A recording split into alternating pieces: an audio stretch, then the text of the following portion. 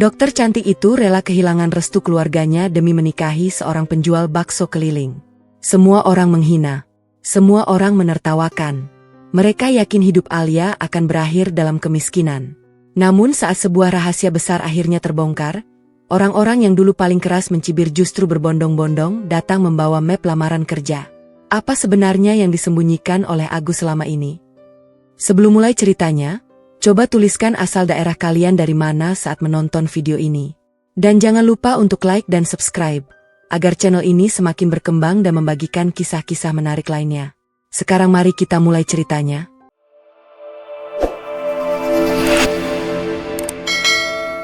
Langit sore mulai berubah jingga ketika sebuah sepeda motor tua berhenti di depan sebuah puskesmas kecil di pinggiran kota.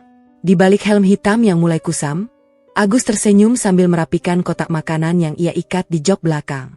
Aroma bakso hangat masih mengepul dari termos besar yang sejak pagi menemaninya berkeliling kampung. Di saat banyak orang pulang membawa lelah, Agus justru membawa sesuatu yang sederhana. Semangkuk bakso yang sengaja ia sisihkan untuk seseorang yang selalu membuatnya ingin menjadi laki-laki yang lebih baik. Beberapa menit kemudian, pintu puskesmas terbuka. Seorang perempuan muda keluar mengenakan jas putih sederhana dengan wajah yang terlihat letih setelah seharian melayani pasien. Rambutnya tersanggul rapi, senyumnya lembut.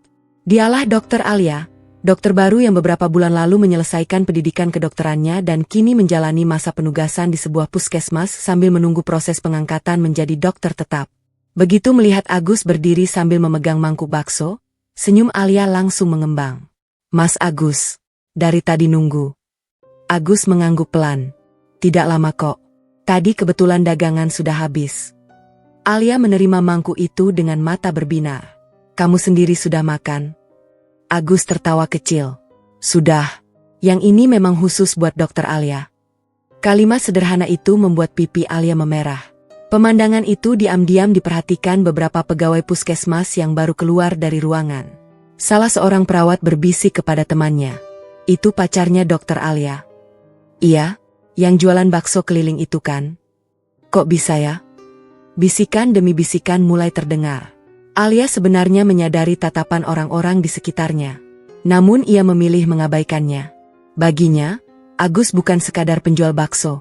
Lelaki itu adalah sosok yang selalu hadir ketika ia kesulitan, bahkan jauh sebelum mengenakan jas dokter. 5 tahun sebelumnya, saat Alia masih menjadi mahasiswa kedokteran tingkat akhir. Ia hampir putus kuliah karena ayahnya mengalami kebangkrutan usaha percetakan kecil yang selama ini menjadi sumber penghasilan keluarga. Saat semua teman sibuk mengejar nilai, Alia diam-diam bekerja sambilan memberi les agar bisa membeli buku. Di masa sulit itulah ia pertama kali mengenal Agus. Setiap sore, Agus mangkal di dekat kos mahasiswa dengan gerobak baksonya. Alia sering membeli semangkuk bakso paling murah. Kadang ia hanya mampu membeli setengah porsi. Namun Agus selalu menambahkan bakso lebih banyak tanpa pernah meminta bayaran tambahan. Saat Alia memprotes, Agus hanya tersenyum. Kalau perut kenyang, belajarnya lebih semangat. Kalimat sederhana itu tidak pernah dilupakan Alia. Sejak saat itu, mereka mulai sering berbincang tentang kehidupan, tentang perjuangan, tentang mimpi. Alia bercerita ingin menjadi dokter yang mengabdi kepada masyarakat kecil. Sedangkan Agus hanya berkata pelan, "Aku cuma ingin jadi pedagang yang jujur." Tidak pernah sekalipun Agus mengaku hebat. Tidak pernah ia membicarakan uang, apalagi membanggakan dirinya. Justru itulah yang membuat Alia merasa nyaman. Hubungan mereka tumbuh perlahan, tanpa kemewahan, tanpa hadiah mahal, tanpa makan malam di restoran mewah. Hanya ditemani semangkuk bakso dan obrolan sederhana di pinggir jalan. Kini, setelah Alia resmi menjadi dokter dan mulai bekerja di puskesmas, hubungan mereka semakin serius. Agus akhirnya memberanikan diri melamar. Lamaran itu diterima tanpa ragu. Namun keputusan tersebut ternyata menjadi awal dari badai besar yang tidak pernah mereka bayangkan. Malam itu, di rumah keluarga Alia, suasana ruang tamu terasa sangat tegang. Ayah Alia duduk dengan wajah keras. Ibunya terus mengusap air mata. Beberapa saudara juga ikut hadir. Semuanya memandang Agus yang duduk sopan sambil mengenakan kemeja putih sederhana. Ayah Alia membuka pembicaraan. "Jadi benar kamu mau menikahi anak saya?" "Iya, Pak." "Kamu kerja apa?" "Saya jualan bakso keliling." Ruangan langsung hening. Beberapa kerabat saling berpandangan. Ada yang tersenyum sinis. Ada pula yang menggeleng pelan. Seorang paman Alia akhirnya bersuara. Dokter capek-capek kuliah bertahun-tahun. Kok akhirnya nikah sama penjual bakso? Bibi yang duduk di sebelahnya ikut menimpali. Kalau nanti Alia sudah jadi dokter tetap, apa tidak malu punya suami dorong gerobak? Ucapan itu membuat suasana semakin panas. Namun Agus tetap tenang. Ia tidak menyela sedikit pun. Ayah Alia kembali bertanya, penghasilanmu berapa? Cukup untuk hidup sederhana. Cukup itu berapa? Agus tersenyum tipis. Yang penting halal. Jawaban itu justru membuat beberapa orang tertawa kecil. Paman Alia kembali berkata dengan nada mengejek. Halal saja tidak cukup buat membangun rumah tangga. Alia yang sejak tadi diam akhirnya angkat bicara. Ayah, Om, aku memilih Mas Agus bukan karena hartanya. Ibunya langsung memotong. Kamu masih muda, kamu belum mengerti. Kamu dokter. Harusnya cari pasangan yang sepadan. Alia menarik napas panjang. Yang aku cari bukan jabatan. Yang aku cari adalah laki-laki yang bertanggung jawab. Perkataan itu membuat semua orang semakin kecewa. Pertemuan malam itu berakhir tanpa keputusan yang benar-benar baik.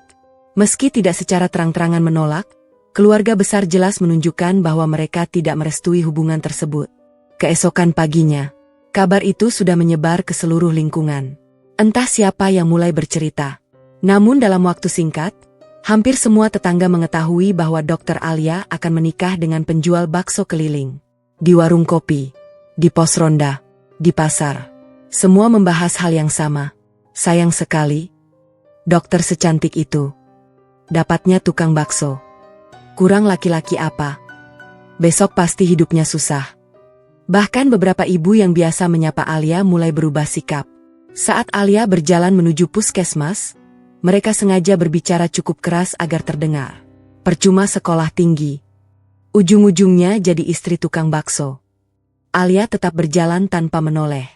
Meski hatinya terluka, ia memilih diam. Sementara itu Agus tetap menjalani rutinitasnya. Pagi berbelanja bahan. Siang membuat adonan. Sore berjualan keliling. Seolah tidak ada yang berubah. Padahal hampir setiap hari ada saja pelanggan yang sengaja mengejek. Mas Agus, nanti kalau sudah nikah sama dokter jangan lupa beli mobil. Yang lain ikut tertawa. Agus hanya membalas dengan senyum. Tidak ada kemarahan. Tidak ada balasan kasar. Baginya, waktu lebih berharga daripada melayani ejekan. Sore itu, setelah dagangannya habis, Agus duduk sendirian di sebuah musala kecil di pinggir jalan. Ia menatap langit yang mulai gelap, lalu mengangkat kedua tangannya. Ya Allah, kalau memang Alia adalah jodoh terbaikku, mudahkan langkah kami. Kalau nanti aku harus memikul tanggung jawab besar, berikan aku kekuatan agar bisa menjaga amanah itu. Di tempat yang berbeda, Alia juga sedang berdoa di kamarnya. Ia tahu jalan yang dipilihnya tidak akan mudah. Tetapi hatinya tetap mantap. Karena selama mengenal Agus, tidak pernah sekalipun ia melihat lelaki itu berbohong. Tidak pernah ia melihat Agus mengambil hak orang lain. Dan tidak pernah ia melihat Agus mengeluh meski hidup serba sederhana. Beberapa hari kemudian, undangan pernikahan mulai dibagikan. Bukannya memberi ucapan selamat. Sebagian orang justru semakin ramai membicarakan mereka. Bahkan ada yang sengaja membuat unggahan di media sosial lokal dengan kalimat yang menyakitkan. Dokter cantik gagal naik kelas. Pilihan hidup paling aneh tahun ini. Unggahan itu menyebar dengan cepat. Komentar demi komentar bermunculan. Sebagian mencemooh, sebagian menertawakan. Tidak sedikit yang ikut menghina Agus tanpa pernah mengenalnya. Namun badai yang sebenarnya belum benar-benar dimulai. Karena pada malam menjelang akad nikah, sebuah peristiwa tak terduga terjadi. Peristiwa itu membuat seluruh keluarga Alia panik. Dan membuat hampir semua orang yakin bahwa pernikahan antara dokter muda dan penjual bakso keliling itu tidak akan pernah terlaksana. Malam menjelang akad nikah yang seharusnya dipenuhi rasa bahagia justru berubah menjadi malam yang penuh kepanikan.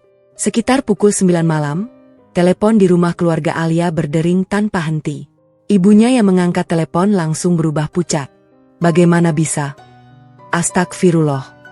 Semua orang menoleh. Ada apa, Bu? Dengan tangan gemetar, ibunya menutup telepon. Gedung tempat akad besok dibatalkan. Ruangan mendadak sunyi. Apa? Kenapa bisa dibatalkan? Ayah Alia langsung berdiri. Tadi pengelolanya bilang ada kerusakan mendadak di instalasi listrik. Katanya gedung tidak boleh dipakai besok. Semua orang saling berpandangan. Tidak ada yang percaya kejadian seperti itu bisa terjadi hanya beberapa jam sebelum akad. Beberapa kerabat mulai berbisik. Jangan-jangan ini pertanda. Mungkin memang tidak berjodoh. Paman Alia kembali memanfaatkan keadaan. Saya sudah bilang sejak awal. Kalau menikah dengan orang yang tidak sepadan pasti banyak halangan. Kalimat itu membuat Alia menggenggam tangannya erat. Ia berusaha menahan air mata. Namun Agus yang sejak tadi duduk tenang justru tersenyum. Pak, kalau memang gedungnya tidak bisa dipakai, kita akad di masjid saja. Semua menoleh. Agus melanjutkan dengan suara pelan. Yang penting akadnya sah. Bukan gedungnya yang menentukan kebahagiaan rumah tangga. Ucapan itu membuat beberapa orang terdiam. Ayah Alia menghela napas panjang. Meski berat, akhirnya mereka sepakat memindahkan akad ke masjid yang letaknya tidak jauh dari rumah. Malam itu mereka bekerja hingga larut. Menghubungi tamu satu persatu. Memindahkan konsumsi. Mengatur ulang seluruh acara. Di balik semua kesibukan itu, seseorang ternyata tersenyum puas. Di sebuah warung kopi, dua pria sedang berbincang pelan. Berhasil. Sekarang pasti banyak tamu yang malas datang. Tinggal tunggu besok. Biar sekampung tahu kalau penjual bakso tidak pantas menikahi dokter. Keesokan paginya, masjid sederhana itu mulai dipenuhi beberapa tamu. Namun jumlahnya jauh lebih sedikit dibanding undangan yang telah disebar. Banyak kursi kosong. Beberapa kerabat sengaja tidak datang. Sebagian hanya mengirim pesan singkat dengan berbagai alasan. Di luar masjid, beberapa warga justru berdiri sambil memperhatikan dari kejauhan. Mereka tidak berniat menghadiri akad. Mereka hanya ingin melihat bagaimana pernikahan yang sejak beberapa minggu terakhir menjadi bahan pembicaraan seluruh kampung. Seorang ibu berkata sambil tersenyum sinis. Coba lihat. Akhirnya nikah juga sama tukang bakso. Temannya ikut menimpali. Paling juga tidak lama. Dokter nanti pasti menyesal. Di dalam masjid, Agus duduk tenang di depan penghulu. Tangannya sedikit berkeringat. Bukan karena takut, melainkan karena ia sadar hari itu menjadi awal tanggung jawab terbesar dalam hidupnya. Saat penghulu mulai membimbing ijab kabul, suasana berubah hening. Dengan satu tarikan napas, Agus mengucapkan akad dengan lantang. Lancar, jelas, tanpa satu kesalahan pun. Saya terima nikah dan kawinnya. Sah. Suara para saksi terdengar hampir bersamaan. Air mata langsung mengalir di pipi Alia. Bukan karena sedih, melainkan karena akhirnya mereka berhasil melewati ujian pertama. Agus menoleh sambil tersenyum. Tatapan mereka bertemu. Tanpa banyak kata, keduanya sama-sama memahami bahwa perjuangan mereka baru saja dimulai. Setelah akad selesai, acara sederhana dilanjutkan di halaman rumah keluarga Alia. Tidak ada panggung mewah, tidak ada dekorasi mahal. Hanya tenda sederhana dengan kursi plastik yang disusun rapi.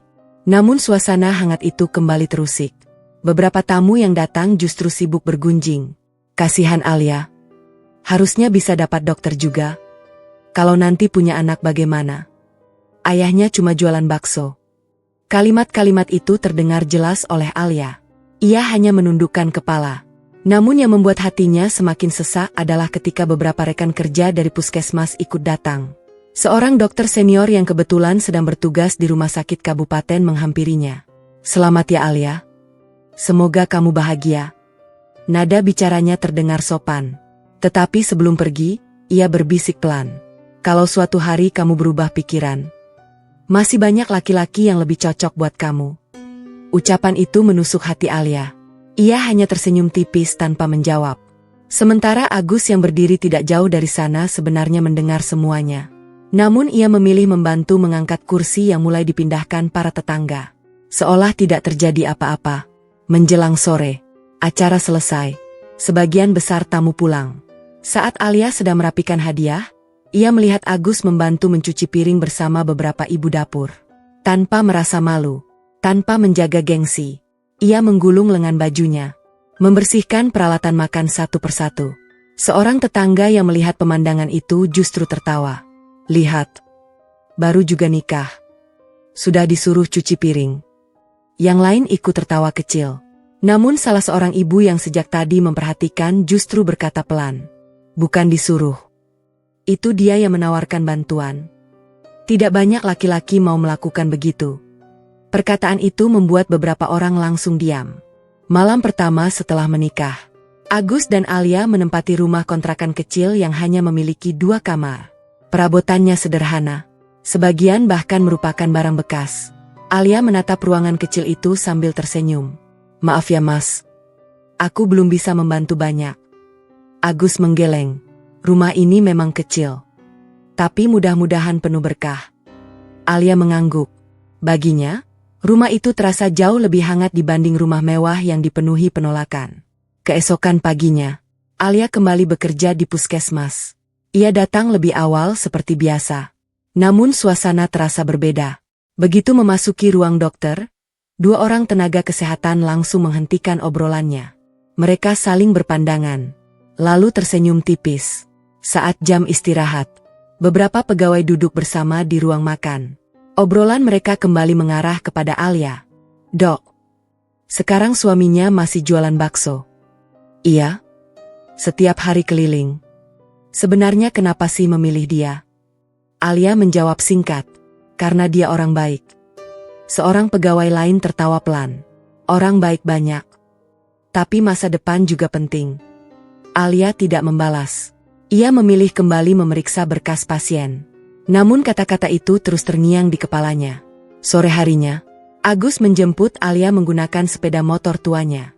Begitu mereka berhenti di lampu merah, sebuah mobil mewah berhenti tepat di samping mereka. Di dalamnya duduk seorang pria muda berpakaian rapi. Ia mengenali Alia. Pria itu bernama Dimas. Teman satu angkatan Alia saat kuliah. Kini Dimas sedang menjalani pendidikan dokter spesialis dengan dukungan penuh dari keluarganya yang kaya. Ia membuka kaca mobil. Wah, Alia. Lama tidak ketemu. Alia tersenyum ramah. Halo Dimas. Tatapan Dimas lalu beralih kepada Agus. Oh, ini suamimu? Iya. Dimas mengangguk pelan. Lumayan juga. Masih sempat jualan bakso. Semoga nanti tidak capek antar istri pakai motor terus. Mobil itu melaju pergi, meninggalkan suasana yang tiba-tiba menjadi canggung. Alia menundukkan kepala. Namun Agus hanya menyalakan motor sambil tersenyum. Pegangannya. Kita pulang. Tidak ada sedikit pun rasa marah di wajahnya. Padahal kalimat itu jelas merupakan sindiran. Sesampainya di rumah kontrakan, Agus kembali menyiapkan adonan bakso untuk dijual esok pagi. Tangannya terus menguleni adonan tepung dan daging dengan penuh ketelitian. Alia memperhatikannya dari kejauhan. Ia selalu kagum melihat suaminya bekerja tanpa mengenal lelah. Di tengah kesunyian malam, tiba-tiba terdengar suara telepon masuk. Agus melihat nama yang muncul di layar. Nomor itu tidak disimpan. Namun begitu melihat deretan angkanya, wajah Agus berubah sedikit serius. Ia segera keluar rumah sebelum mengangkat telepon. Percakapan berlangsung singkat. Iya, saya mengerti. Belum. Saya masih menjalankan semuanya. Tenang saja. Saya tidak akan menyerah. Setelah sambungan terputus, Agus memandang langit cukup lama. Sorot matanya berbeda. Seolah ada beban besar yang selama ini ia sembunyikan dari semua orang. Dari balik jendela, Alia memperhatikan suaminya dengan penuh tanda tanya. Ia belum pernah melihat ekspresi Agus seperti malam itu. Dan ia sama sekali tidak menyadari bahwa mulai hari berikutnya, ujian yang jauh lebih berat telah menunggu mereka. Seseorang diam-diam telah menyiapkan rencana untuk menghancurkan usaha bakso Agus hingga benar-benar bangkrut. Fajar baru saja menyingsing ketika Agus sudah berada di dapur kontrakan kecil mereka. Kompor menyala pelan. Panci besar berisi kuah kaldu mulai mengepul. Di atas meja kayu sederhana, tepung, daging, bawang putih, dan berbagai bumbu tersusun rapi. Setiap pagi, Agus selalu memulai pekerjaannya dengan cara yang sama. Mengaduk adonan perlahan, membentuk bakso satu persatu, lalu mencicipi kuah yang sudah bertahun-tahun menjadi ciri khas dagangannya. Bagi Agus, membuat bakso bukan sekadar mencari nafkah. Ia selalu percaya, setiap mangkuk yang dijual harus bisa membuat pembelinya pulang dengan hati senang. Alia keluar dari kamar sambil merapikan jilbabnya. Melihat suaminya sudah sibuk bekerja, ia langsung menghampiri. "Mas, aku bantu ya." Agus tersenyum. "Kamu berangkat kerja saja. Nanti terlambat." Alia mengambil celemek yang tergantung di dinding. "Aku kan juga istrimu. Boleh dong bantu sedikit?" Agus tidak menolak lagi. Pagi itu, untuk pertama kalinya mereka membuat bakso bersama sebagai pasangan suami istri. Suasana sederhana itu terasa hangat. Sesekali mereka saling bercanda, sesekali tertawa. Tidak ada kemewahan, namun ada ketenangan yang tidak bisa dibeli dengan uang. Setelah semua selesai, Agus mendorong gerobaknya keluar kontrakan. Alia berdiri di depan pintu sambil melambaikan tangan. "Hati-hati ya, Mas." "Iya. Kamu juga." Pemandangan itu ternyata dilihat oleh seorang tetangga dari balik pagar. Ia langsung memanggil beberapa ibu yang sedang menyapu halaman. "Lihat." Dokter malah melepas suaminya dorong gerobak. Seorang ibu terkekeh. "Kalau aku jadi Alia, aku pasti malu." Yang lain ikut menimpali. Sebentar lagi juga sadar. Hidup tidak cukup pakai cinta. Mereka tertawa bersama, tanpa menyadari bahwa Alia mendengar hampir semua ucapan itu. Ia hanya menarik napas panjang, lalu berangkat menuju puskesmas. Sesampainya di sana, antrian pasien sudah mulai ramai. Seorang ibu tua datang dengan cucunya yang sedang demam tinggi. Alia segera memeriksa kondisi anak itu dengan teliti. Meski pikirannya masih dipenuhi berbagai masalah, ia tetap memberikan pelayanan terbaik. Baginya, setiap pasien berhak mendapat perhatian yang sama. Sikap itulah yang membuat masyarakat mulai menyukai dokter muda tersebut. Namun tidak semua rekan kerjanya memiliki pandangan yang sama. Saat jam makan siang, beberapa pegawai kembali berkumpul di ruang istirahat. Obrolan mereka lagi-lagi mengarah kepada kehidupan pribadi Alia. Seorang tenaga administrasi berkata pelan, "Dok Alia, suami dokter masih keliling jualan." "Iya. Capek juga ya?" Yang lain ikut menyela. "Padahal kalau dokter mau, banyak dokter laki-laki yang pasti antre." Seorang bidan senior yang selama ini diam akhirnya berbicara. "Sudahlah. Itu pilihan hidup orang. Yang penting mereka saling menghormati." Ucapan itu membuat suasana sedikit mereda. Namun sindiran-sindiran kecil tetap terdengar hingga jam kerja selesai. Sementara itu, di sisi lain kota, Agus mulai berjualan seperti biasa. Ia mendorong gerobaknya menyusuri gang demi gang. Banyak pelanggan lama tetap membeli. Namun ada sesuatu yang terasa berbeda. Beberapa orang yang biasanya ramah, kini hanya melihat tanpa menghampiri. Ada pula yang sengaja berbicara cukup keras saat Agus lewat. Itu suami dokter. Kasihan istrinya. Agus tetap tersenyum. Ia melayani pembeli dengan sopan. Tidak ada satupun kata kasar keluar dari mulutnya. Menjelang sore, seorang pelanggan setia bernama Pak Rahman menghampiri. "Mas Agus, saya dengar banyak orang ngomong macam-macam." Agus tersenyum kecil. "Namanya juga hidup, Pak." Pak Rahman mengangguk. "Saya cuma mau bilang, jangan berhenti jualan. Bakso kamu memang enak." Kalimat sederhana itu membuat Agus merasa lebih kuat. Ia sadar, tidak semua orang memandang rendah dirinya. Masih ada orang-orang yang menilai seseorang dari kejujurannya, bukan dari pekerjaannya. Namun ketenangan itu tidak berlangsung lama. Saat Agus berhenti sebentar untuk mengambil air minum, seorang pria yang tidak dikenalnya datang mendekat. Pria itu memakai topi dan masker. "Mas Agus." "Iya. Saya dengar bakso Mas laris." "Alhamdulillah." Pria itu tersenyum tipis. "Hati-hati. Kadang usaha yang terlalu cepat berkembang bikin banyak orang iri." Belum sempat Agus bertanya, pria itu sudah berjalan pergi.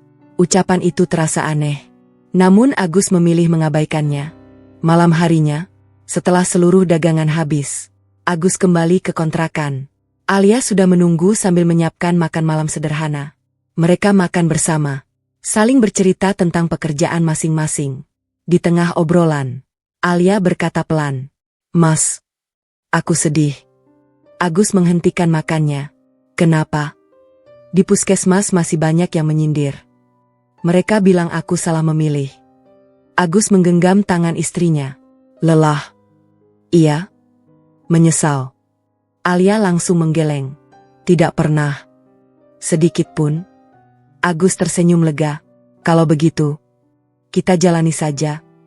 Orang boleh bicara apa saja. Tapi hidup kita bukan mereka yang menentukan. Alia mengangguk. Kalimat itu kembali menguatkan hatinya. Beberapa hari kemudian, hari Minggu tiba. Alia sedang libur.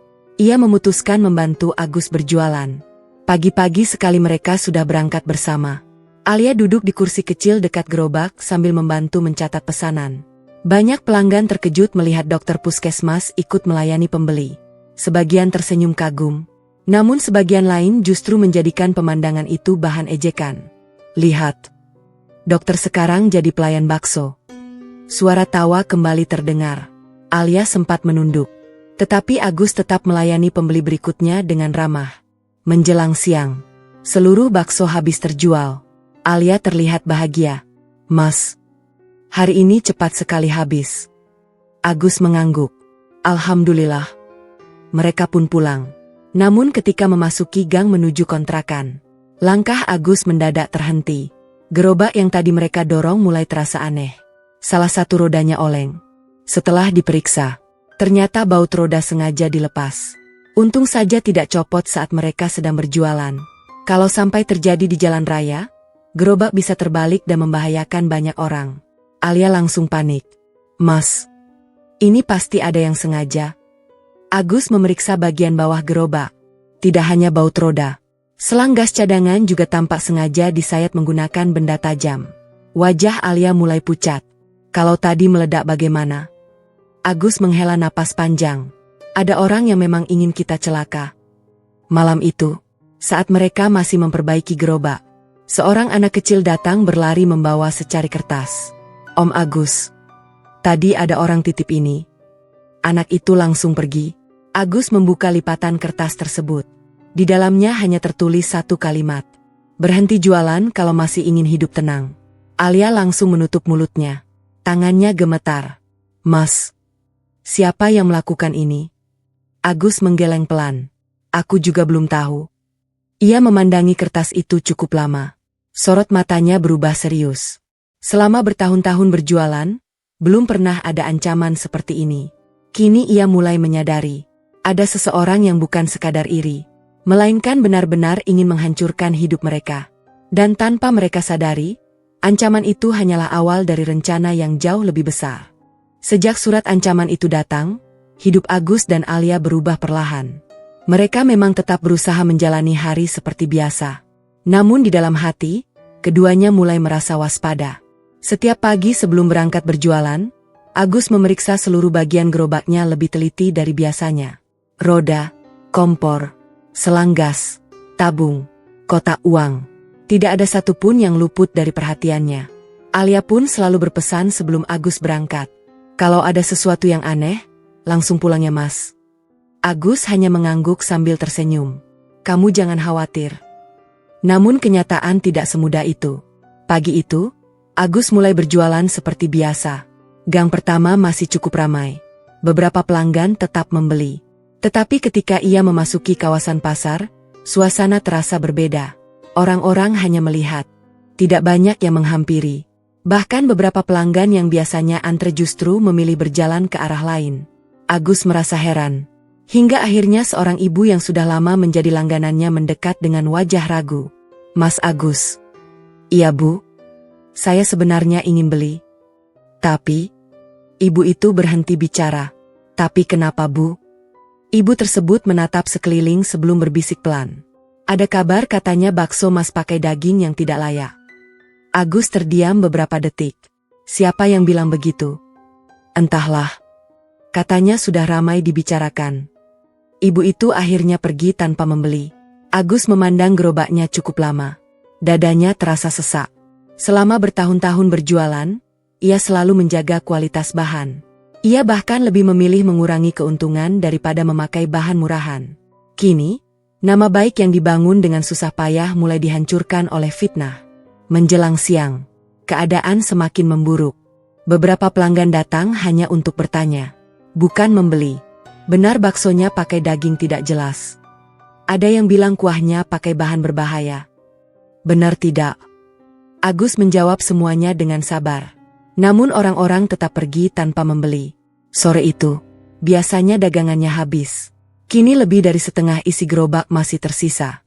Untuk pertama kalinya setelah bertahun-tahun, Agus pulang membawa banyak bakso yang tidak terjual. Sesampainya di rumah, Alia langsung menyambut. "Mas, kok masih banyak?" Agus tersenyum tipis. "Hari ini sepi."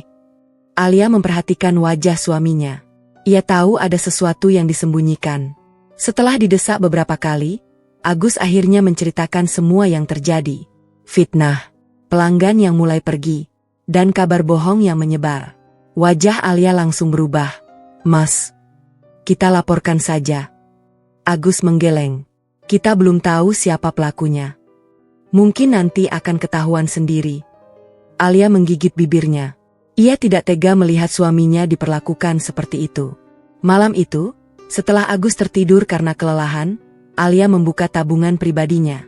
Tabungan itu merupakan sisa uang hasil bekerja selama beberapa bulan di puskesmas.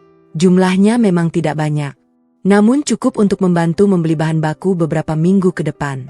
Keesokan paginya, Alia menyerahkan buku tabungan itu kepada Agus. "Mas, pakai saja dulu." Agus langsung menggeleng. "Tidak, kita simpan. Ini uang hasil kerja kerasmu." Alia memaksa. "Kita kan suami istri." Agus tersenyum lembut. "Justru karena kita suami istri, aku tidak ingin kamu menanggung akibat dari usahaku."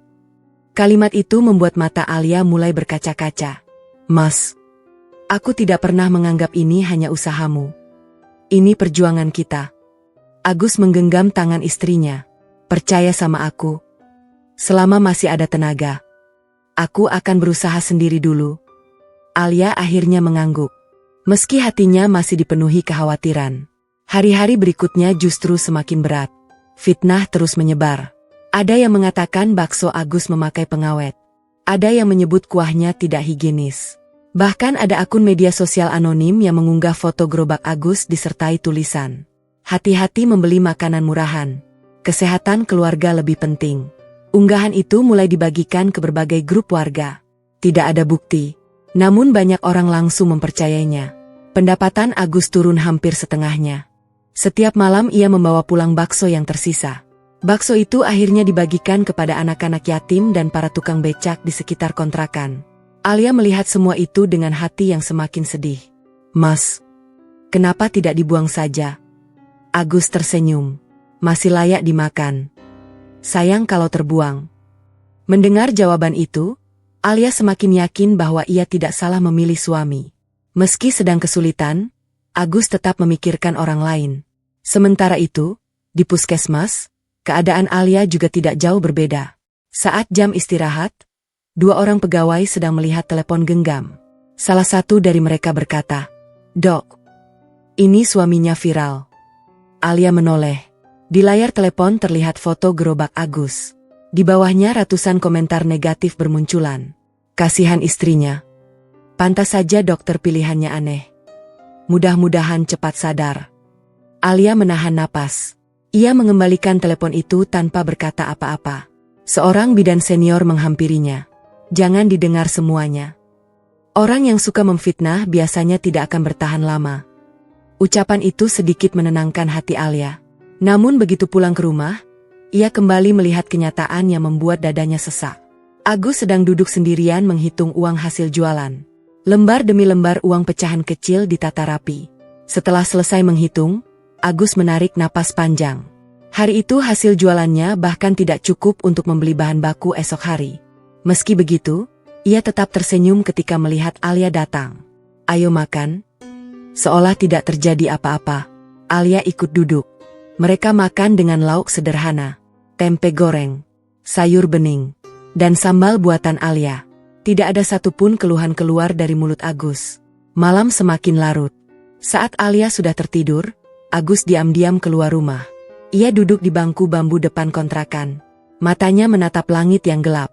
Tidak lama kemudian, suara mesin mobil terdengar pelan. Sebuah mobil hitam mewah berhenti sekitar 50 meter dari kontrakan. Kaca mobil terbuka sedikit. Seseorang memperhatikan Agus dari dalam. Wajahnya tidak terlihat jelas karena gelap.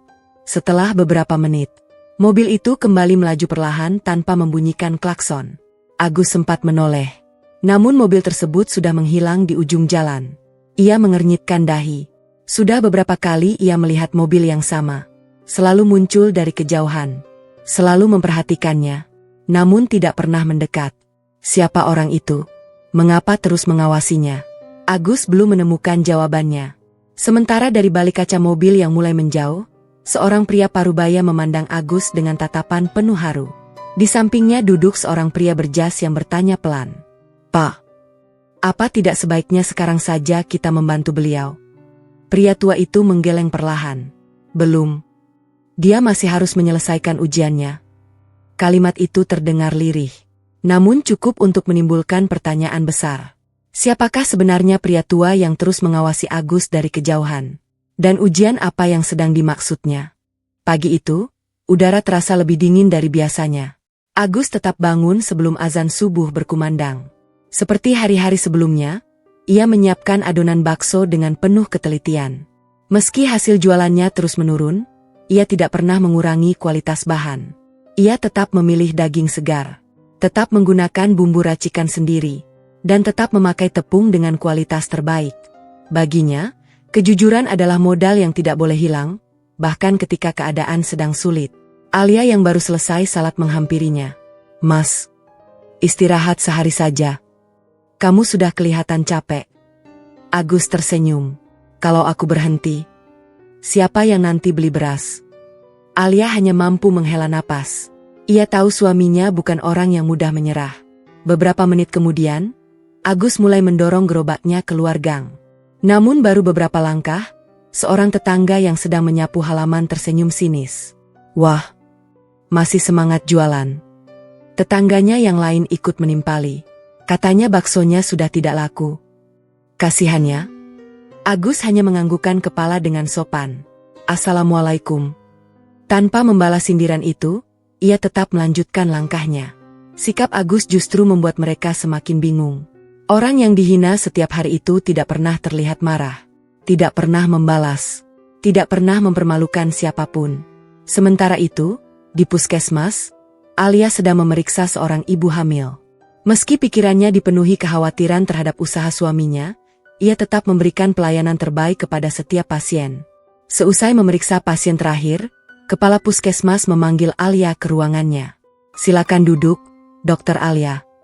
"Terima kasih, Pak." Kepala puskesmas memandang Alia beberapa saat sebelum berbicara. "Saya mendengar banyak kabar yang beredar." Alia mulai tegang. Namun pria itu tersenyum. "Saya tidak peduli siapa suami dokter. Bagi saya, yang penting pelayanan kepada masyarakat tetap baik." Mata Alia mulai berkaca-kaca. "Terima kasih, Pak. Jangan terlalu memikirkan omongan orang. Fokus bekerja. Itu yang paling penting." Nasihat sederhana itu sedikit menguatkan hati Alia. Sore harinya, Agus berjualan di kawasan terminal kecil yang biasanya ramai. Hari itu pembelinya memang lebih banyak dibanding beberapa hari sebelumnya. Namun ketika ia sedang melayani seorang pelanggan, sebuah mobil mewah berwarna hitam kembali berhenti tidak jauh dari gerobaknya. Mobil yang sama. Mobil yang beberapa kali muncul di dekat kontrakan. Seorang sopir turun lebih dulu, kemudian membuka pintu belakang. Dari dalam keluar seorang pria tua berusia sekitar 60 tahun. Pakaiannya sangat rapi. Jam tangan yang dikenakannya tampak mahal. Sepatunya mengilap. Aura wibawanya langsung menarik perhatian banyak orang.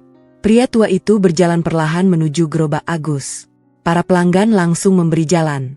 Agus tersenyum ramah. "Silakan, Pak. Mau pesan bakso?" Pria tua itu mengangguk. "1 mangkuk." Agus segera meracik bakso seperti biasa. Ia sama sekali tidak menunjukkan rasa gugup. Beberapa menit kemudian, pria tua itu mencicipi kuah bakso. Ia memejamkan mata sejenak, lalu mengangguk pelan. "Masih sama?" Agus sedikit bingung. "Maaf, Pak. Kita pernah bertemu." Pria tua itu tersenyum. "Mungkin belum saatnya kamu ingat." Jawaban itu membuat Agus semakin heran. Setelah menghabiskan semangkuk bakso, pria tersebut mengeluarkan sebuah kartu nama berwarna hitam. Ia meletakkannya di atas gerobak. "Saya ingin bicara sebentar." Agus membaca nama di kartu itu. Tidak ada jabatan, hanya sebuah nama dan nomor telepon. Pria tua itu kemudian berkata pelan, "Saya tertarik membantu usaha kamu. Kalau mau, saya bisa memberi modal." Agus menggeleng sopan. "Terima kasih Pak. Tapi saya belum membutuhkan." Pria itu tersenyum. "Bagaimana kalau 500 juta? Beberapa pelanggan yang mendengar langsung terkejut. Ada yang sampai menjatuhkan sendok. 500 juta bukan jumlah kecil. Bagi sebagian besar pedagang kecil, uang sebanyak itu bisa mengubah hidup. Namun Agus tetap tersenyum. "Maaf Pak, saya belum bisa menerima." Pria tua itu kembali bertanya, 1 miliar. Suasana langsung hening. Orang-orang saling berpandangan. Mereka mengira Agus pasti akan langsung menerima. Tetapi yang terjadi justru di luar dugaan. Agus kembali menggeleng. "Terima kasih. Saya benar-benar menghargai niat baik Bapak. Tapi kalau usaha saya berkembang, saya ingin berkembang karena hasil kerja saya sendiri." Pria tua itu memandang Agus cukup lama. Tatapannya tampak bangga. Ia berdiri perlahan. "Baik. Kalau begitu, saya akan menunggu." Sebelum masuk ke mobil, pria itu sempat berkata lirih, "Semoga kamu tidak berubah." Mobil hitam itu pun perlahan meninggalkan lokasi. Para pelanggan langsung mengerubungi Agus. "Mas, itu siapa? Kok ditawari uang sebanyak itu?" Agus hanya tersenyum. "Saya juga tidak tahu." Padahal di dalam hatinya, ia mulai bertanya-tanya. Mengapa pria itu seolah sudah mengenalnya sejak lama? Di sisi lain kota, kejadian itu ternyata tidak luput dari perhatian seseorang. Seorang pria bertubuh besar yang sejak beberapa hari mengawasi Agus segera menelepon seseorang. "Bos." Orang tua itu sudah menemui Agus. Suara di seberang telepon terdengar dingin. Terus, dia menawarkan modal. Agus menolak. Beberapa detik suasana hening. Lalu terdengar jawaban singkat. "Kalau begitu, naikkan tekanannya." Sampai dia menyerah. Telepon langsung terputus. Malam harinya, kabar tentang Agus yang menolak modal miliaran rupiah menyebar ke seluruh kampung. Namun cerita itu berubah ketika sampai ke telinga warga. Ada yang mengatakan Agus terlibat pencucian uang. Ada yang menyebut Agus bagian dari sindikat bisnis gelap. Ada pula yang yakin pria tua itu adalah rentenir. Fitnah kembali berkembang. Tanpa bukti, tanpa fakta. Tetapi dipercaya begitu saja. Saat Alia pulang bekerja, beberapa ibu langsung menghentikannya. "Dok, dengar-dengar suaminya dapat modal miliaran. Bisnis apa sebenarnya?" Alia hanya menjawab singkat, "Saya juga tidak tahu." Seorang ibu tersenyum sinis. "Hati-hati ya Dok. Jangan sampai suaminya ikut urusan yang tidak benar." Alia memilih pergi tanpa menanggapi. Namun sesampainya di rumah, ia langsung bertanya kepada Agus. "Mas, siapa sebenarnya Bapak tadi?" Agus menggeleng. "Aku benar-benar tidak kenal." "Kenapa menolak?" "Aku tidak mau menerima uang yang tidak jelas asalnya." Jawaban itu membuat Alia kembali kagum. Tetapi rasa penasarannya justru semakin besar. Siapa sebenarnya pria tua tersebut? Mengapa ia begitu ingin membantu Agus? Dan mengapa setelah Agus menolak, justru semakin banyak masalah yang mulai berdatangan? Keesokan paginya, saat Agus membuka pintu kontrakan untuk mulai bekerja, ia mendapati sesuatu yang membuat darahnya seolah berhenti mengalir. Di depan gerobaknya tergeletak sebuah karung kecil. Ketika dibuka, isinya bukan bahan makanan, melainkan seluruh adonan bakso yang telah ia siapkan semalam. Semuanya telah dicampuri oli hitam hingga tidak bisa digunakan lagi. Di atas karung itu kembali terdapat secari kertas. Tulisan di dalamnya jauh lebih mengancam daripada sebelumnya. "Ini baru permulaan. Kalau masih keras kepala, bukan cuma usahamu yang hancur." Pagi itu, suasana di depan kontrakan terasa begitu sunyi. Agus masih berdiri memandangi karung berisi adonan bakso yang telah bercampur oli hitam. Aroma menyengat memenuhi udara. Semua bahan yang ia siapkan sejak malam kini berubah menjadi sampah yang tidak mungkin dipakai lagi. Alia yang baru keluar rumah langsung menutup mulutnya. "Ya Allah, Mas, siapa yang tega melakukan ini?" Agus berjongkok perlahan. Ia mengambil segenggam adonan yang sudah rusak, lalu mengembuskannya pelan. Tidak ada kemarahan di wajahnya, hanya rasa kecewa yang sangat dalam. Semalaman ia bekerja, menggiling daging, mengaduk adonan, menyiapkan kuah. Semua dilakukan dengan penuh kesabaran. Kini semuanya hancur dalam semalam. Alia menggenggam lengan suaminya. Kita lapor polisi saja. Agus menggeleng. Kita belum punya bukti. Kalau hanya dugaan, tidak akan menyelesaikan apa-apa. Meski berat, mereka akhirnya membuang seluruh adonan yang sudah tercemar. Hari itu Agus tidak bisa berjualan. Tidak ada bahan. Tidak ada uang untuk membeli daging baru. Untuk pertama kalinya sejak menikah, mereka harus menghemat pengeluaran lebih ketat. Alia membuka dompetnya. Ia hanya memiliki beberapa lembar uang untuk kebutuhan selama beberapa hari. Sementara Agus memandangi rak dapur yang mulai kosong. Namun ia tetap tersenyum. Kita masih bisa makan. Itu sudah cukup. Ucapan itu justru membuat Alia semakin menahan tangis. Siang harinya, saat Alia sedang bertugas di puskesmas, teleponnya berdering. Nama yang muncul membuatnya sedikit lega. Pak Rahman, pelanggan setia Agus. Assalamualaikum dok. Waalaikumsalam pak. Maaf mengganggu. Tadi saya lihat Mas Agus tidak jualan. Iya pak. Ada sedikit masalah. Pak Rahman terdiam sejenak. Lalu, saya juga mau menyampaikan sesuatu. Ada orang yang keliling pasar. Dia bilang bakso Mas Agus dibuat dari bahan yang tidak sehat. Orang itu juga membagikan selebaran. Jantung Alia langsung berdegup lebih cepat. Selebaran. Iya. Isinya macam-macam. Pokoknya fitnah semua. Setelah telepon ditutup, Alia tidak bisa lagi berkonsentrasi bekerja. Ia mulai sadar. Semua ini bukan kebetulan. Seseorang memang sedang berusaha menghancurkan nama baik Agus secara perlahan.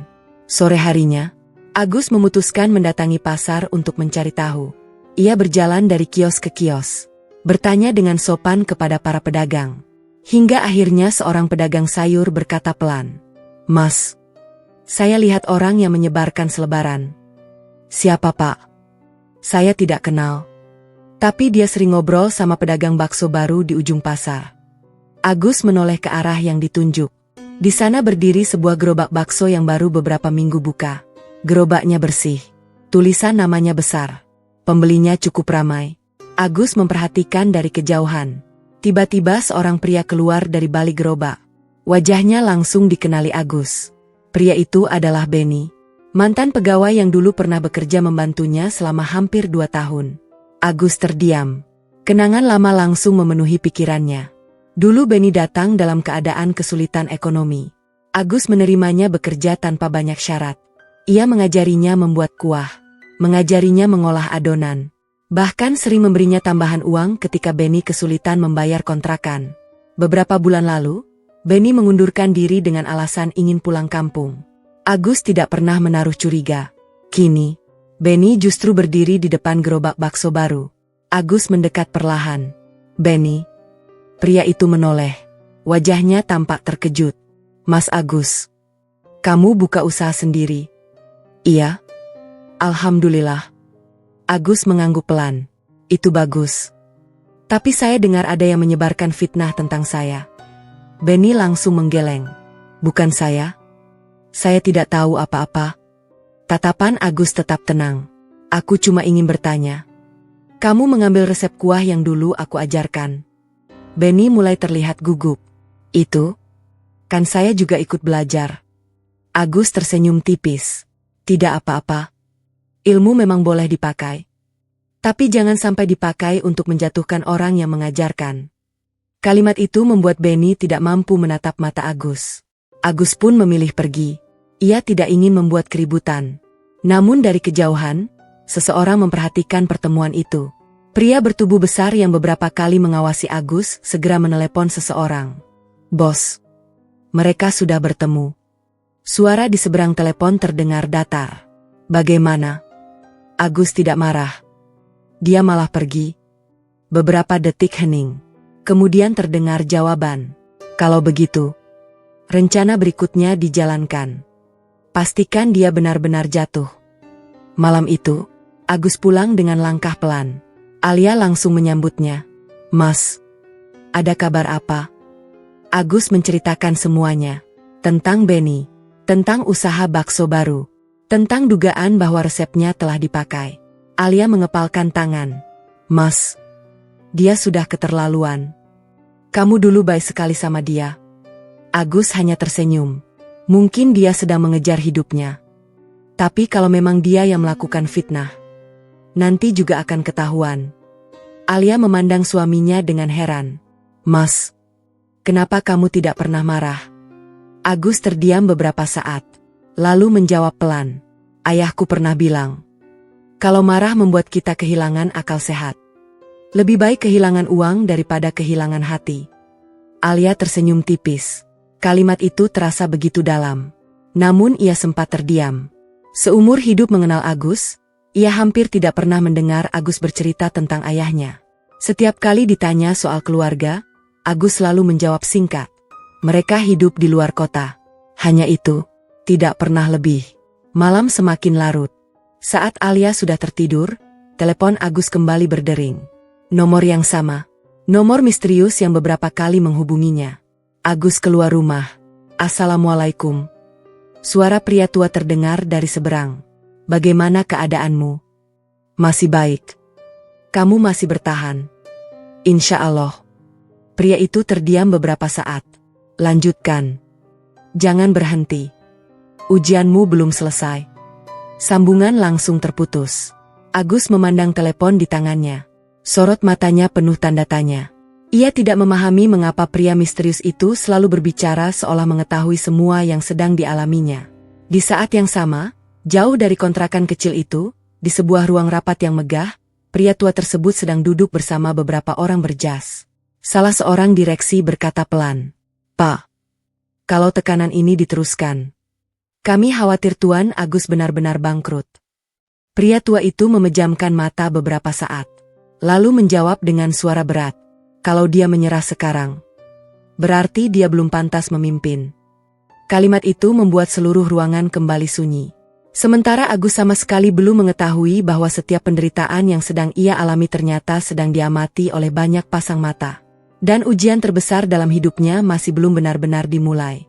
Pagi itu, matahari belum tinggi ketika Agus kembali berdiri di depan dapur kontrakan kecilnya.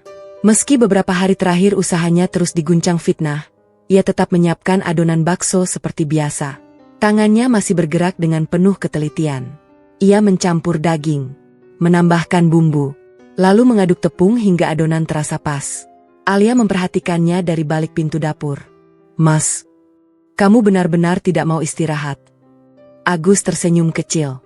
"Kalau berhenti karena dihina, berarti mereka berhasil." Jawaban itu membuat Alia hanya mampu mengangguk.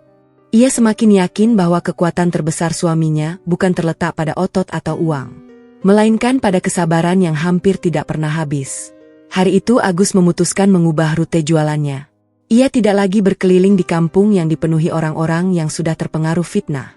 Ia memilih mendatangi kawasan perkantoran sederhana, bengkel, dan terminal antar kota. Di sana, kebanyakan orang belum mengenalnya, belum pernah mendengar kabar bohong tentang dirinya. Menjelang siang, beberapa sopir bus mulai membeli bakso. Seorang mekanik bengkel ikut memesan. Tidak lama kemudian, beberapa pelanggan lain ikut mengantre. "Mas, kuahnya enak juga." "Iya, baksonya terasa dagingnya."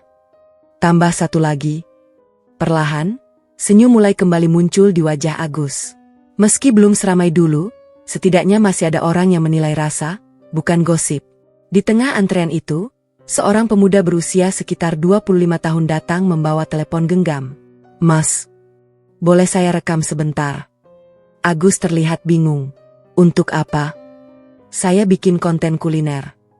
Bakso Mas kelihatan menarik." Agus hanya tertawa kecil. "Kalau memang mau, silakan." Pemuda itu merekam proses pembuatan bakso. Mulai dari kuah yang mengepul, bakso yang disajikan, hingga pelanggan yang menikmati makanan dengan lahap. Sebelum pulang, ia berkata, "Nanti saya unggah. Mudah-mudahan banyak yang datang." Agus mengangguk tanpa berharap terlalu tinggi. Baginya, satu pelanggan tetap lebih berharga daripada 1000 janji. Malam harinya, video itu mulai beredar di media sosial. Tidak dibuat berlebihan. Tidak ada judul yang sensasional. Hanya seorang pembuat konten sederhana yang berkata, "Kalau cari bakso enak, coba bakso Mas Agus. Murah, bersih, Kuahnya mantap. Tanpa diduga, video itu mulai dibagikan banyak orang. Komentar positif berdatangan. Baru coba. Enak. Pantas banyak yang suka. Akhirnya ketemu bakso yang dagingnya terasa. Keesokan paginya, saat Agus tiba di lokasi berjualan, beberapa pelanggan sudah menunggu. Mas Agus, saya lihat videonya semalam. Saya penasaran. Saya juga. Tolong 2 mangkuk. Agus sampai kewalahan melayani pesanan. Untuk pertama kalinya setelah berminggu-minggu mengalami penurunan, dagangannya kembali habis sebelum sore. Saat menghitung hasil jualan malam itu, Alia tersenyum bahagia. Mas, hari ini lebih banyak. Alhamdulillah. Agus mengangguk. Semoga ini awal yang baik. Namun di tempat lain, seseorang justru mengepalkan tangannya karena marah. Di sebuah ruko yang menjadi tempat usaha bakso baru milik Benny, beberapa orang sedang berkumpul. Benny membanting telepon genggamnya ke meja. Kenapa videonya malah viral? Pria bertubuh besar yang selama ini mengawasi Agus menjawab dengan nada kesal. Orang-orang mulai percaya lagi. Fitnah yang kita sebarkan mulai hilang. Benny menggeram. Kalau begitu, kita harus cari cara lain. Pria bertubuh besar itu menggeleng. Kamu jangan bergerak sendiri. Bos yang akan menentukan langkah berikutnya. Mendengar kata bos, Benny langsung diam. Terlihat jelas bahwa dirinya bukan orang yang paling berkuasa dalam permainan ini.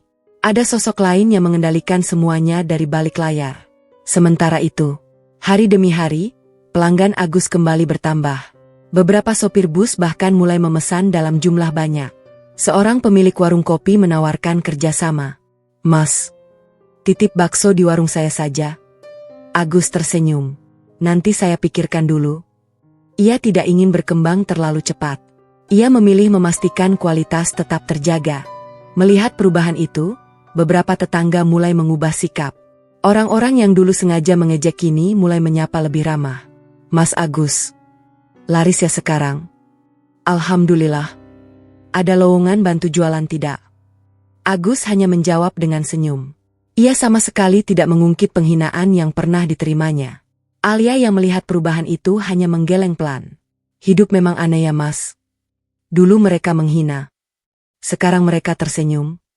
Agus menjawab tenang. Orang bisa berubah. Kita doakan saja yang baik. Jawaban itu kembali membuat Alia kagum. Suaminya benar-benar tidak menyimpan dendam. Beberapa hari kemudian, saat Agus sedang bersiap pulang, sebuah mobil hitam kembali berhenti di dekat gerobaknya. Kali ini bukan pria tua itu yang turun, melainkan seorang pria muda berjas rapi. Ia membawa sebuah map coklat. Mas Agus. Iya. Ada surat untuk mas. Surat apa? Undangan. Agus menerimanya. Di bagian depan map hanya tertulis satu kalimat. Undangan menghadiri rapat di Jakarta. Kehadiran Anda sangat diharapkan. Tidak ada penjelasan lain. Tidak ada nama perusahaan. Tidak ada alasan. Hanya sebuah alamat gedung perkantoran yang sangat terkenal. Agus memandang surat itu beberapa saat. Maaf. Ini pasti salah orang. Pria berjas menggeleng. Tidak salah. Surat ini memang untuk Mas Agus. Besok kami akan menunggu. Setelah menyerahkan map tersebut, pria itu langsung kembali ke mobil dan pergi. Malam harinya, Alia membaca undangan itu berulang kali. Mas, ini benar. Aku juga tidak tahu. Kamu kenal perusahaan ini? Agus menggeleng. Belum pernah. Alia mulai berpikir. Mungkin ada pelanggan yang mau mengajak kerjasama. Agus tersenyum tipis. Bisa jadi. Namun jauh di dalam hatinya, ia merasa undangan itu berkaitan dengan pria tua misterius yang beberapa kali muncul. Di sisi lain, di ruang kerja megah sebuah gedung pencakar langit di Jakarta, pria tua itu sedang berdiri menghadap jendela. Seorang sekretaris menghampirinya. Pak, undangannya sudah diterima. Pria tua itu mengangguk pelan. Bagus. Besok kita lihat. Apakah dia masih tetap menjadi Agus yang sama? Sekretaris itu bertanya dengan ragu. Kalau beliau datang, apakah semua akan langsung Bapak jelaskan? Pria tua tersebut tersenyum tipis. Belum. Masih ada satu ujian lagi. Jawaban itu membuat sekretaris kembali terdiam. Sementara Agus sama sekali belum menyadari bahwa perjalanan ke Jakarta nanti akan membawanya semakin dekat kepada rahasia terbesar yang selama ini disembunyikan dari semua orang, termasuk istrinya sendiri. Pagi itu, Alia berulang kali memandangi surat undangan yang semalam diletakkan di atas meja ruang tamu kontrakan mereka. Map coklat itu tampak sederhana. Namun alamat yang tertulis di dalamnya bukanlah alamat biasa. Gedung itu merupakan salah satu kawasan perkantoran bergengsi di Jakarta. Tidak mungkin seseorang mengirim undangan seperti itu tanpa alasan. Alia menatap Agus yang sedang mengenakan kemeja putih bersih. "Mas, kamu benar-benar mau berangkat?" Agus mengangguk pelan. "Aku ingin tahu siapa yang mengundang. Aku juga penasaran. Kalau ternyata ada yang aneh. Langsung pulang ya?" Agus tersenyum. "Iya." Alia mengantarkan suaminya sampai depan gang. Ia memperhatikan Agus menaiki bus antar kota dengan membawa tas kecil berisi pakaian sederhana. Tidak ada jas, tidak ada sepatu mahal. Hanya pakaian yang biasa ia kenakan saat menghadiri acara penting. Sepanjang perjalanan menuju Jakarta, Agus terus memikirkan siapa sebenarnya orang yang mengirim undangan tersebut. Semakin ia mengingat kejadian beberapa minggu terakhir, semakin banyak pertanyaan muncul di kepalanya. Pria tua misterius, mobil hitam, tawaran modal miliaran rupiah, telepon yang selalu datang di saat-saat sulit. Semua terasa saling berhubungan. Namun ia belum menemukan jawabannya. Beberapa jam kemudian, bus memasuki Jakarta. Agus turun dan melanjutkan perjalanan menggunakan kendaraan umum menuju alamat yang tertera di surat. Ketika tiba di depan gedung, ia sempat berhenti beberapa saat. Gedung itu menjulang tinggi. Puluhan mobil mewah keluar masuk. Para pegawai berpakaian rapi berjalan dengan tergesa. Agus sempat melihat pantulan dirinya di kaca gedung. Kemeja putih sederhana, celana kain yang sudah cukup lama dipakai, sepatu hitam yang mulai kusam. Ia tersenyum kecil, lalu melangkah masuk. Di meja resepsionis, seorang petugas langsung berdiri. "Selamat pagi, Bapak Agus." Agus sedikit terkejut. "Iya, kami sudah menunggu. Silakan ikut saya." Agus semakin bingung. Ia belum sempat memperkenalkan diri. Namun namanya sudah diketahui. Petugas itu mengantarnya menuju ruang rapat di lantai paling atas. Pintu besar terbuka perlahan. Di dalam ruangan sudah duduk beberapa pria dan wanita berpakaian sangat rapi.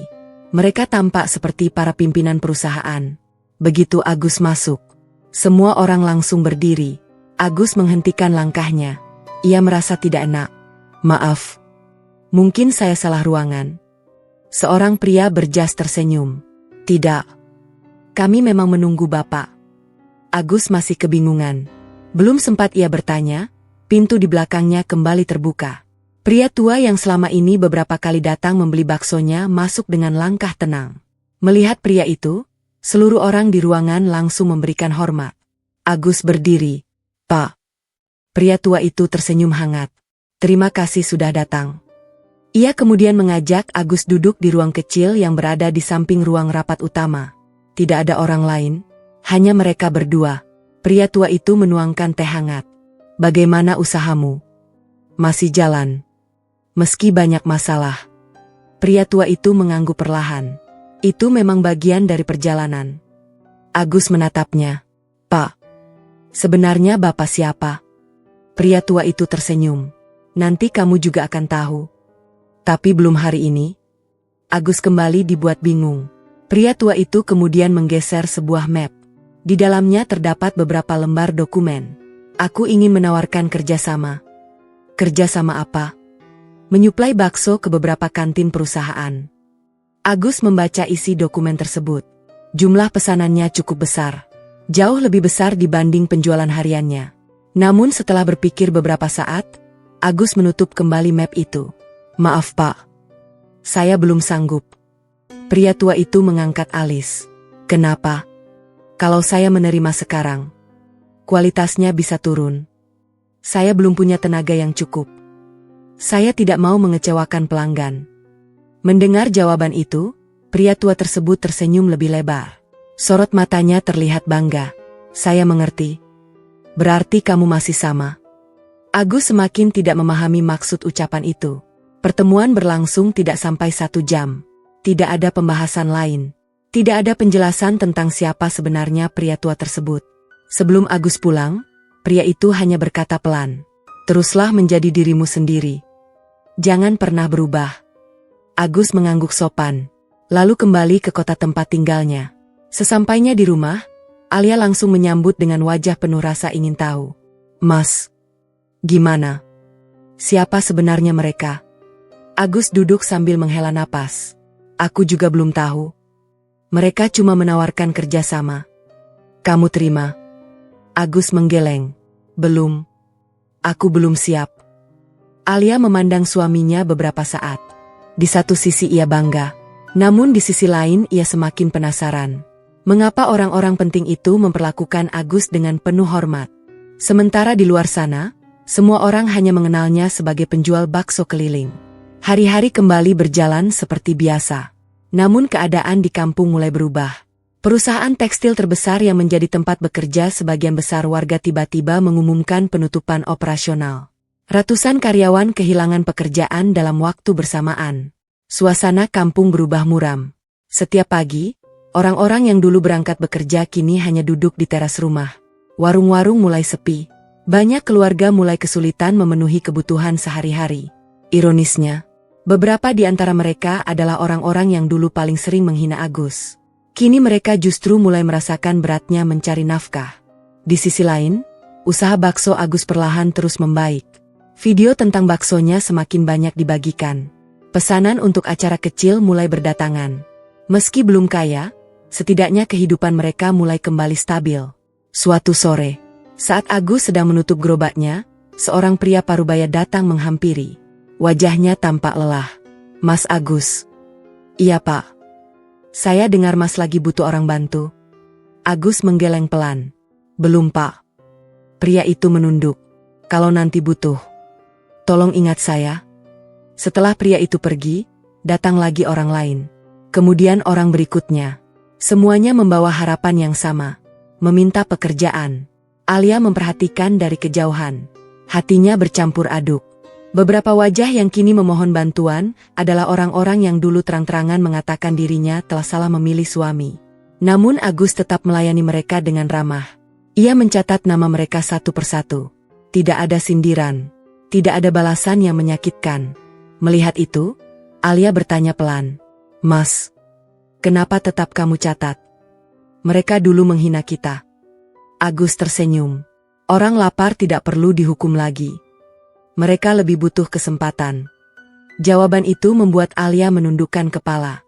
Air matanya hampir jatuh. Semakin hari ia semakin menyadari. Kekayaan terbesar suaminya bukanlah uang, melainkan hati yang begitu luas. Namun Alia masih belum mengetahui satu kenyataan besar. Rahasia yang selama ini disimpan rapat oleh Agus. Rahasia yang sebentar lagi akan mengubah seluruh hidup mereka. Karena 2 hari kemudian, Agus mengajaknya menghadiri sebuah acara penting di Jakarta. Dan tanpa mereka sadari, perjalanan itulah yang akan membuka tabir identitas asli Agus di hadapan semua orang. 2 hari setelah menerima ajakan dari pria tua misterius itu, Agus kembali bersiap berangkat ke Jakarta. Kali ini ia tidak sendiri. Sesuai permintaan yang disampaikan melalui telepon, ia diminta membawa Alia. Sejak pagi, Alia masih dipenuhi rasa penasaran. "Mas," katanya, "cuma acara biasa. Kok harus aku ikut?" Agus tersenyum kecil. "Aku juga tidak tahu. Yang mengundang hanya bilang, datang berdua." Alia mengangguk pelan. Meski dipenuhi berbagai pertanyaan, ia memilih percaya kepada suaminya. Sebelum berangkat, Agus tetap mendorong gerobaknya sebentar ke depan kontrakan. Ia menitipkan gerobak itu kepada Pak Rahman. "Pak, hari ini saya izin tidak jualan." Pak Rahman tersenyum. "Tenang saja. Gerobaknya saya jagakan." Saat Agus dan Alia hendak meninggalkan gang, beberapa tetangga memperhatikan mereka. Kini tatapan mereka sudah jauh berbeda. Tidak ada lagi senyum mengejek. Yang terlihat justru wajah-wajah penuh harap. Seorang pria bernama Hendra menghampiri dengan langkah ragu. Dulu, Hendra adalah orang yang paling sering mempermalukan Agus di warung kopi. Ia pernah berkata dengan keras, penjual bakso itu tidak akan pernah bisa menghidupi dokter. Kini wajahnya tampak jauh lebih tua. Matanya sembab. "Mas Agus." Agus berhenti. Iya Pak. Hendra menundukkan kepala. Saya mau minta maaf. Agus hanya tersenyum. Tidak usah dipikirkan. Hendra mengeluarkan sebuah map lusuh. Tangannya gemetar saat menyerahkannya. Kalau nanti Mas butuh pegawai, tolong lihat lamaran saya. Saya sudah 3 bulan tidak bekerja. Agus menerima map itu dengan kedua tangan. Baik Pak. Saya simpan. Tidak ada nada menyindir. Tidak ada balasan yang mempermalukan. Sikap Agus justru membuat Hendra semakin malu. Beberapa langkah kemudian, seorang ibu yang dulu paling sering mencibir Alia ikut mendekat. Dok Alia, saya juga minta maaf. Dulu saya banyak bicara. Alia tersenyum lembut. Tidak apa-apa Bu. Ibu itu ikut menyerahkan map lamaran. Saya punya anak. Kalau nanti ada pekerjaan, tolong dibantu. Agus kembali menerimanya. Sedikit demi sedikit, semakin banyak warga berdatangan. Ada yang membawa map. Ada yang hanya membawa secari kertas berisi nomor telepon. Ada pula yang sekadar meminta agar namanya diingat jika suatu hari Agus membuka usaha yang lebih besar. Pemandangan itu membuat Alia hampir tidak percaya. Beberapa bulan lalu, mereka berdiri di tempat yang sama sambil menerima hinaan. Kini, orang-orang yang dulu tertawa justru datang dengan kepala tertunduk. Saat bus yang akan membawa mereka ke Jakarta tiba, Pak Rahman menghampiri sambil tersenyum. Mas Agus, saya bangga sama kamu. Agus tersenyum. Terima kasih Pak. Pak Rahman menepuk bahu Agus. Yang lebih membanggakan, kamu tidak berubah. Perjalanan menuju Jakarta berlangsung cukup tenang. Di sepanjang jalan, Alia sesekali melihat ke arah Agus. Ia merasa ada sesuatu yang berbeda. Suaminya tampak lebih banyak diam dibanding biasanya. Seolah sedang memikirkan sesuatu yang sangat besar. Beberapa jam kemudian, mereka tiba di kawasan gedung yang sama seperti sebelumnya. Namun kali ini suasananya jauh berbeda. Di depan gedung sudah terpasang karpet merah. Beberapa petugas keamanan berdiri rapi. Mobil-mobil mewah memenuhi halaman parkir. Alia mulai merasa canggung. Mas, kita tidak salah tempat. Agus menggeleng. Alamatnya memang di sini. Begitu mereka memasuki lobi, seorang wanita berpakaian rapi langsung menghampiri. Selamat datang, Pak Agus. Dokter Alia. Silakan ikut kami. Alia saling berpandangan dengan Agus. Ia semakin bingung. Bagaimana mungkin nama mereka sudah diketahui? Mereka kemudian diantar menuju sebuah ruang tunggu yang sangat mewah. Tidak lama kemudian, pria tua misterius itu masuk. Ia tersenyum hangat. Terima kasih sudah datang. Alia langsung berdiri. Selamat siang Pak. Pria tua itu mengangguk ramah. Dokter Alia. Terima kasih sudah menemani Agus selama ini. Kalimat itu membuat Alia sedikit heran. Nada bicara pria itu terdengar begitu akrab. Seolah ia telah mengenal Agus sejak lama. Beberapa menit kemudian, seorang sekretaris masuk membawa map besar. Pak, semua direksi sudah hadir. Pria tua itu mengangguk. 5 menit lagi kita mulai. Alia mulai berdebar. Ia berbisik kepada Agus. Mas, ini sebenarnya acara apa? Agus tersenyum kecil. Aku benar-benar belum tahu. Pintu ruang rapat utama perlahan dibuka. Ruangan itu jauh lebih besar dibanding yang pernah dilihat Alia. Di dalamnya duduk puluhan pria dan wanita berpakaian resmi. Begitu pria tua itu melangkah masuk, seluruh peserta rapat berdiri memberikan penghormatan. Alia spontan ikut berdiri. Namun yang membuatnya semakin terkejut adalah ketika pria tua itu menoleh kepada Agus. Silakan ikut saya. Agus melangkah perlahan. Seluruh mata langsung tertuju kepadanya. Beberapa orang bahkan tersenyum penuh haru. Alia tidak memahami apa yang sedang terjadi. Di depan ruangan tampak sebuah kursi besar yang selama ini kosong. Pria tua itu berhenti tepat di samping kursi tersebut. Lalu memandang Agus beberapa detik. Sorot matanya dipenuhi kebanggaan. Sementara Alia mulai merasakan jantungnya berdetak semakin cepat.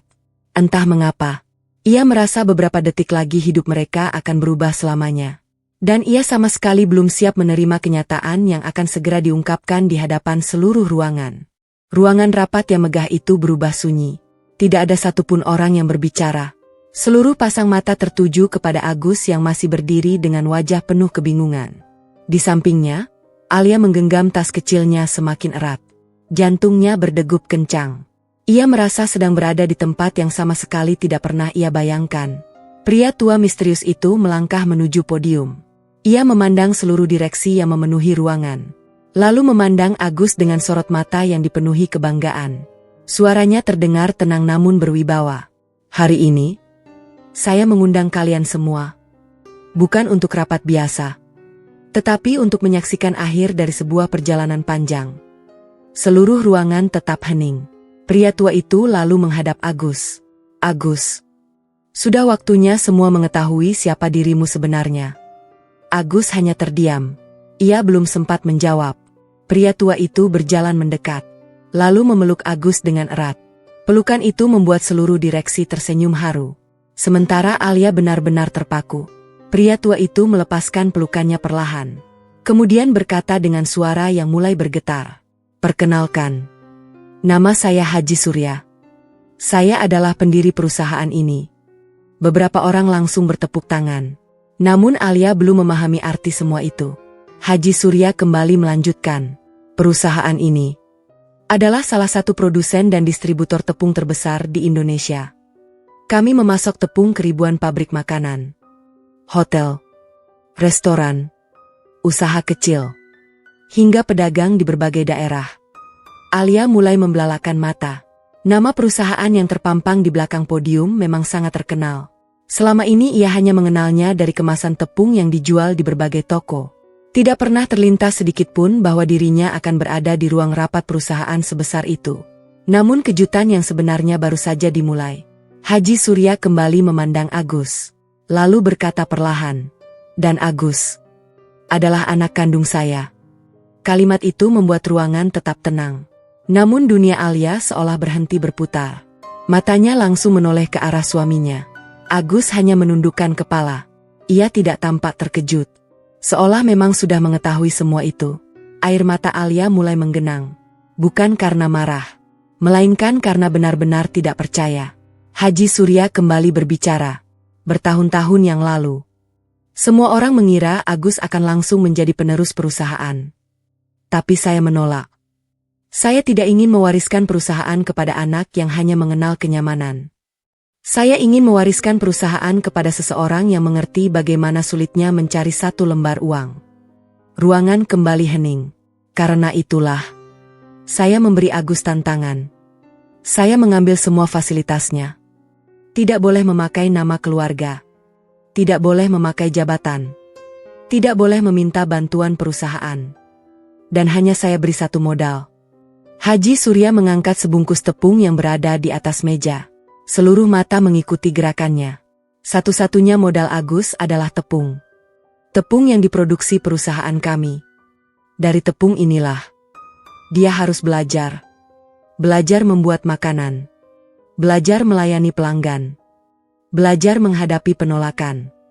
Belajar rugi. Belajar bangkrut. Belajar dihina. Belajar ditipu.